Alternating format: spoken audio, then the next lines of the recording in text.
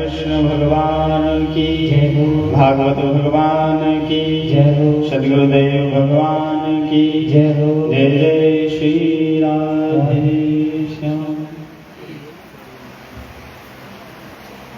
कल सायंकालीन कथा प्रसंग सत्र में हम लोग श्रवण कर रहे थे। विशेष करके माताओं को आज एक पहली बात बता दूं, मैं बात नहीं करनी आज कथा में। बात यदि किसी को करनी है तो उधर पंडित जी का मकान है, आप आधा घंटा के लिए 1 घंटा के लिए जा सकते हो, या फिर मैं माइक आपको दे दूं तो आप आधा घंटा 1 घंटा चौकर बात कर सकते हो। घर से कथा सुनने आए हैं, इसका मतलब यह है कथा ही सुन के जाएंगे। फालतू दुनिया की बातें करने के लिए बहुत समय है अपने पास। तो कल की कथा में बातों का डिस्टर्बेंस ज्यादा था, तो मैं चाहूंगा आज नहीं रहे, हल्का सा इनको कम कर। तो कल सायंकालीन कथा प्रसंग सत्र में हम लोग श्रवण कर रहे थे। सूत जी महाराज शौनकादि ऋषियों को भागवत महात्म्य की कथा सुना रहे थे।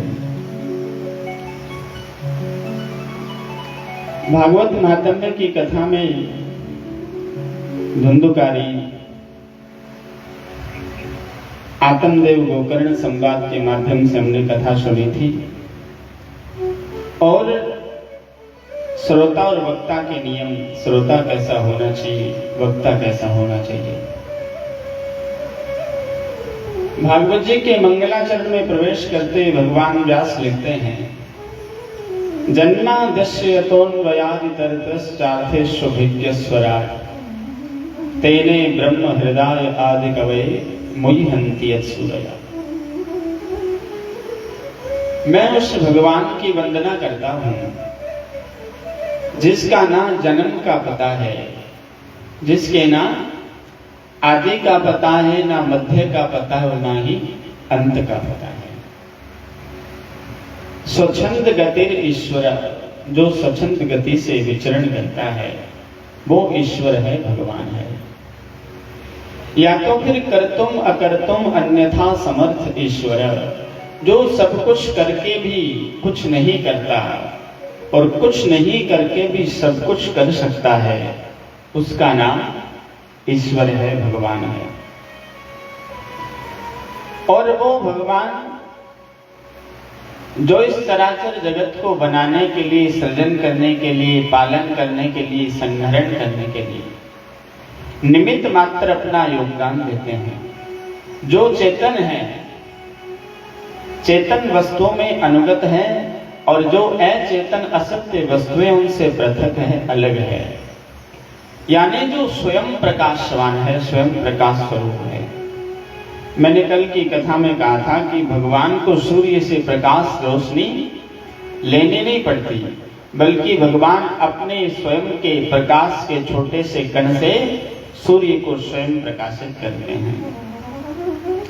जिस भगवान को जानने में बड़े बड़े विधाता ब्रह्मा, प्रभृति, विश्वामित्र आदि बड़े बड़े महान प्रबुद्ध जन, ज्ञानी जन, ऋषि जन, बड़े बड़े तपस्वी भी जिसको जानने में असमर्थ रहे, वो भगवान तेजो वारी मृदाम यथा विनिमयो यत्र त्रिसर्गो मृषा, जो ये त्रिगुणमयी माया है, जो स्वप्न, जागृत और सुषुप्त अवस्था में असत्य होते हुए भी सत्य की भांति प्रतीत हो रही है, वो भगवान इसके निमित्त मात्र है। और इसमें प्रवेश करके इसमें चेतना का स्फुरण करते हैं, और सारा संसार भगवान की चेतना से ही चल रहा है। धामना स्वेन सदा निरस्त कुहकम सत्यम परम धीमहि। यानी भगवान इतना बड़ा संसार बनाने के लिए ठाकुर जी थोड़े से मुस्कुराते हैं, सृष्टि का सृजन हो जाता है। थोड़े से गंभीर होते हैं, पालन हो जाता है। थोड़ी सी भ्रुकुटी को टेढ़ी करते हैं, सब प्रलय काले समुद्र में डूब जाते हैं।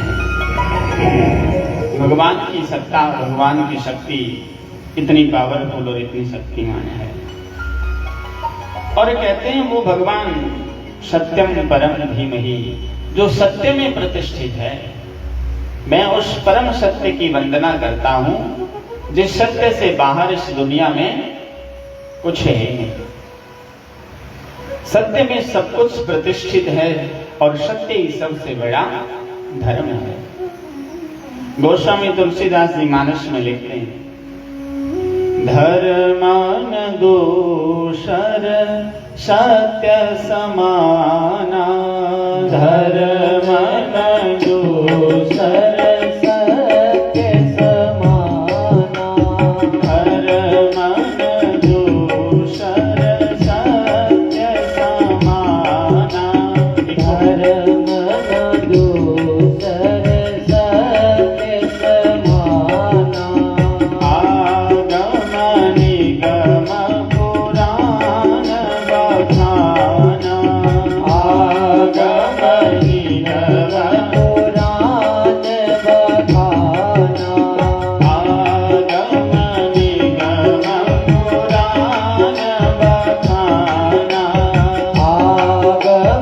बखाना, आगम निगम पुराण बखाना, आगम निगम पुराण बखाना। श्री राम जय राम जय जय राम, श्री राम जय राम जय जय राम।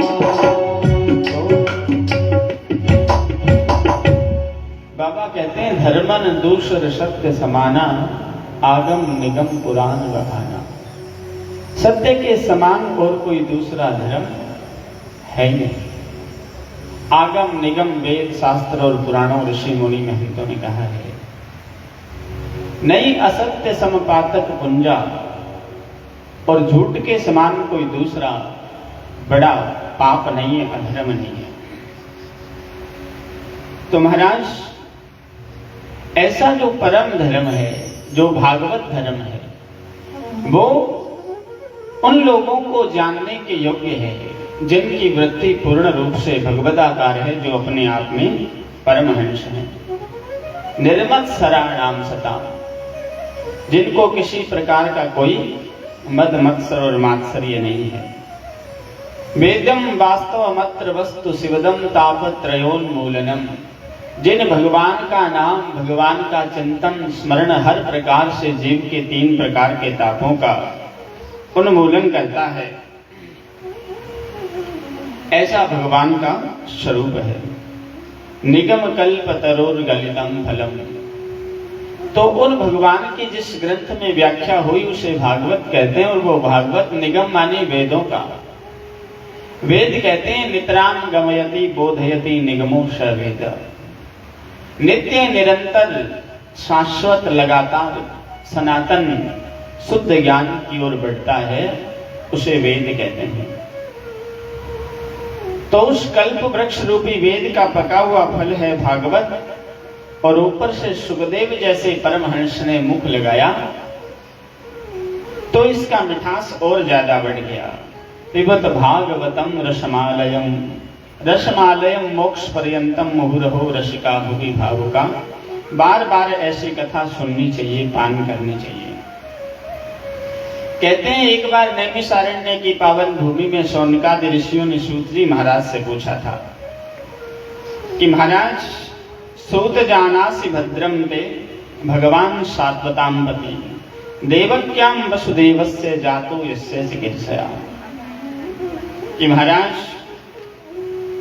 आगे घोर कलयुग का समय आ रहा है, और उस घोर कलयुग के समय में ऋषियों ने 6 प्रश्न पूछे हैं, और इन 6 प्रश्नों के जवाब में ही आगे की 5 दिन की कथा चलती है। पहला प्रश्न पूछा, महाराज कल्याण का मार्ग क्या है? ध्यान से सुनना बात। कल्याण का मार्ग क्या है? जीव का कल्याण कैसे हो? दूसरा प्रश्न पूछा, महाराज आप कहते हो भगवान अवतार लेते हैं, तो भगवान के अवतार लेने का प्रयोजन क्या है? भगवान अवतार क्यों लेते हैं? तीसरा प्रश्न पूछा, अवतार लेकर भगवान के कार्य क्या है, भगवान क्या करते हैं, और भगवान जब अवतार लेते हैं तो भगवान कौन कौन से अवतार लेते हैं, उन अवतारों की कथा क्या है। और फिर उन आप 24 अवतार जो बताते हैं, उन अवतारों में सबसे सर्वश्रेष्ठ अवतार है कृष्णावतार। कृष्णावतार का चरित्र क्या है, कथा क्या है। और छठा प्रश्न हम आपसे पूछ रहे हैं कि भगवान श्री कृष्ण जब अपनी लीला संपन्न करके मृत्यु लोक से स्वधाम गमन कर गए तो धर्म कम शरणम गता, फिर ये धर्म किसकी शरण में गया, उसके भगवान के जाने के बाद फिर धर्म की रक्षा किसने करी। तो सूत जी महाराज ने शौनकादि ऋषियों से कहा, ऋषियों मैं तुम्हारे इन 6 प्रश्नों का जवाब देने से पहले भागवत के मुख्य आचार्य सुखदेव स्वामी की वंदना करता हूं। और उन्होंने कहा, जन्म यम प्रव्रजंत मनुपेतम पेत्य कृत्यम देपायनो विरह कातर आजुभाव। जिन सुखदेव जी का जन्म हुआ, कहते हैं सुखदेव जी के जन्म की कथा को अमर कथा कहते हैं, और कहते हैं ये अमर कथा सुनने वाला व्यक्ति अमर हो जाता है। तो जिस जिसको अमर होना है, अमर कथा ध्यान से सुननी चाहिए। तो महाराज कहते हैं एक समय की बात है,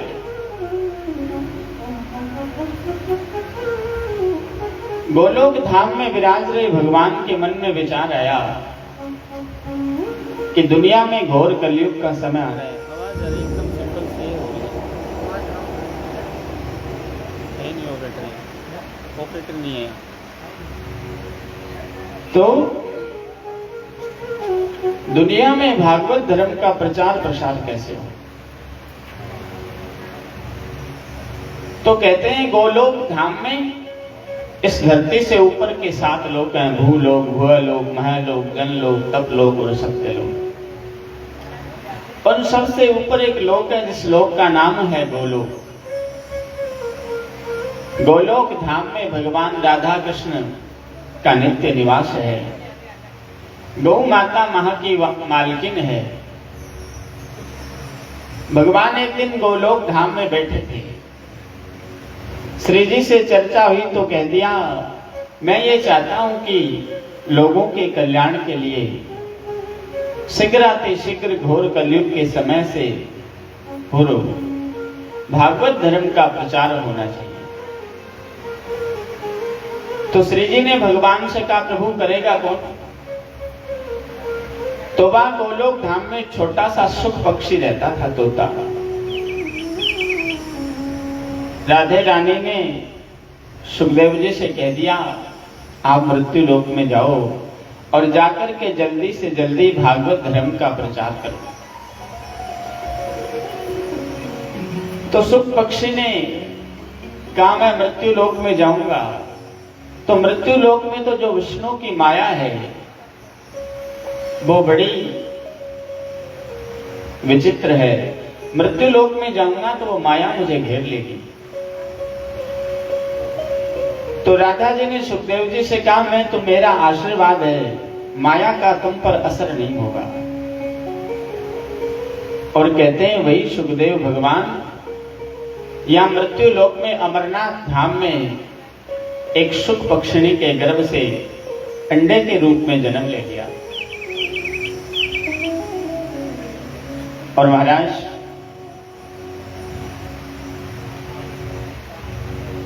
अमरनाथ धाम बर्फीला प्रांत था। तो सुख पक्षिणी ने वट वृक्ष के पेड़ पर अंडा दिया।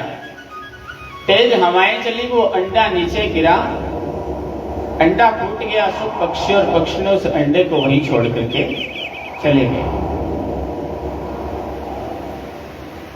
तो महाराज देवर्षि नारद ने मन में विचार किया, सुखदेव जी मृत्युलोक में इसलिए आए थे कि भागवत धर्म का प्रचार हो, और जन्म से पूर्व ही अंडा गिरने से टूट गया। प्रादुर्भाव होने से पहले। तो महाराज एक दिन देवर्षि नारद भ्रमण करते हुए अमरनाथ धाम आ गए और यहां आकर के देवर्षि नारद ने मां पार्वती जी को प्रणाम किया, माता जी ने नारद जी को प्रणाम किया। भगवान शंकर समाधि में बैठे थे। मां पार्वती जी ने नारद जी से कहा, भगवान आजकल आते नहीं हो, कहां रहते हो आजकल? नारद जी ने कहा, मां इस दुनिया में प्रेम तो रहा नहीं और जहां प्रेम नहीं होता ऐसे स्थान में मैं आता जाता नहीं। तो माता जी ने नारद जी से कहा, दुनिया में प्रेम नहीं होगा नारद जी, दुनिया का तो मुझे पता नहीं, लेकिन भगवान शंकर और मुझ हम दोनों में दाम्पत्य जीवन में बड़ा प्रेम है, हम बड़े प्रेम पूर्वक रहते हैं हमारे घर में। और देखो नारद जी ने कहा, मां जहां प्रेम होता है वहां कुछ भी छुपाया नहीं जाता। प्रेम में तो व्यक्ति का जीवन खुली किताब की तरह होना चाहिए। तो पार्वती जी ने कहा, भगवान शंकर तो मेरे से कुछ भी नहीं छुपाते। वो तो जब समाधि में जाकर के समाधि लगाते हैं, भजन करते हैं, तो अपनी समाधि के अंदर कृष्ण भगवान के दर्शन करते हैं। ये बात किसी को बतानी नहीं चाहिए। माता जी कहती हैं, भगवान शंकर तो मुझे वो भी आकर रोज बता देते हैं। आज मैंने ध्यान में भगवान के कृष्ण स्वरूप का दर्शन किया है। भगवान शंकर को गुरु मंत्र कौन सा मिला है ये भी व्यक्तिगत होता है, किसी को बताना नहीं चाहिए। माता जी कहती हैं, भगवान ने तो मुझे वो भी बता रखा है। नारद जी बोले, अच्छा तो फिर एक बार और बताई होगी मां, जब इतनी सारी बातें बताई हैं तो तुम्हें ये भी बताया होगा कि भगवान शंकर के गले में जो मुंडों की माला है उसमें लगे हुए मुंड किसके हैं? माता जी ने नारद जी से कहा, ये तो आज तक नहीं बताया। नारद जी ने कहा, सब कुछ बता दिया। 100 मुंडों की माला गले में डाल करके हर वक्त चलते हैं, आपको बताया नहीं आज तक किसने। फिर क्या प्रेम कर रहे हैं माता जी? मैं तो जा रहा हूं, आप जानो और अपना काम करें। और भगवान शंकर वहां से निकल गए, नारद जी वहां से निकल गए। शंकर जी वटवृक्ष के पेड़ के नीचे बैठ करके तपस्या कर रहे थे। वीणा पर नारायण नारायण की ध्वनि सुनी। शंकर जी ने आंखें खोल करके देख लिया, नारद जी आ गए क्या।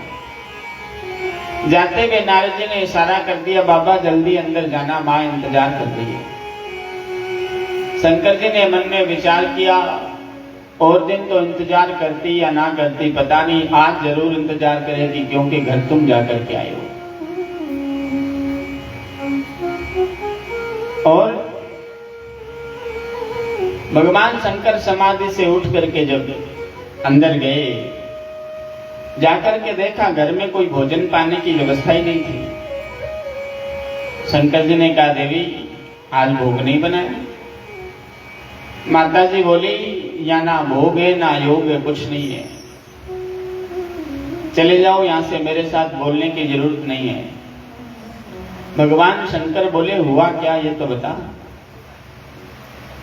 माता जी ने कहा, जो हुआ वो आपको सब पता है। मैंने तो ये सोचा था कि आप ऊपर से ही काले हो, आप तो अंदर से भी काले हो। भगवान शंकर बोले, देवी अंदर से काला तो वो होता है जो कपटी होता है, और शंकर कपटी नहीं है। शिवम कल्याणम करोति इति शंकर। शिव तो सबका कल्याण करता है, शिव तो कल्याणकारी है। माता जी बोली, आपके गले में जो मुंडों की माला है, ये माला में लगे हुए मुंड किसके हैं? भगवान शंकर बोले, बस इतनी सी बात है। ये तो तू सीधा सीधा पूछ ही लेती तो मैं बता ही देता, और आज तक तुमने पूछा नहीं तो मैं क्यों बताता। और कहते हैं किसी व्यक्ति की सुनने की इच्छा ना हो तो फिर उसको बताना नहीं चाहिए। कोई अन्याय पूर्वक पूछे तो भी नहीं बताना चाहिए।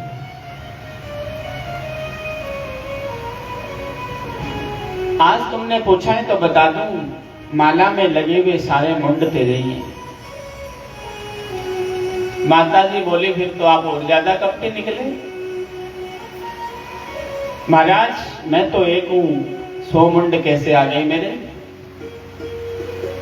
भगवान शंकर बोले देवी तुमने मेरे जीवन में 100 बार अपने शरीरों का परित्याग किया है, और जिस जन्म में तो अपने शरीर का त्याग करती है, मैं उस शरीर का मुंड उठा करके अपनी माला में पहन लेता हूं, इसलिए कि मैं तुमसे इतना प्रेम करता हूं कि मैं तेरे किसी शरीर की विस्मृति ना कर दूं, मैं तुझे कभी भूल ना जाऊं। माता जी बोली अच्छा तो आपके जीवन में मैं 100 बार मर गई। भगवान शंकर बोले हाँ। तो महाराज आपने कौन सा च्यवनप्राश खाया है, आपने कौन सी दवाई खाई है, आपने क्या कौन सी स्वर्ण भस्मी खाई है, जो मेरे जीवन में आप एक बार भी नहीं मरे, आपके जीवन में मैं 100 बार मर गई। भगवान शंकर बोले देवी मैंने अमर कथा सुनी है, और अमर कथा सुनने वाले का मरना नहीं होता। माता जी ने कहा तो वो अमर कथा आपने मुझे क्यों नहीं सुनाई।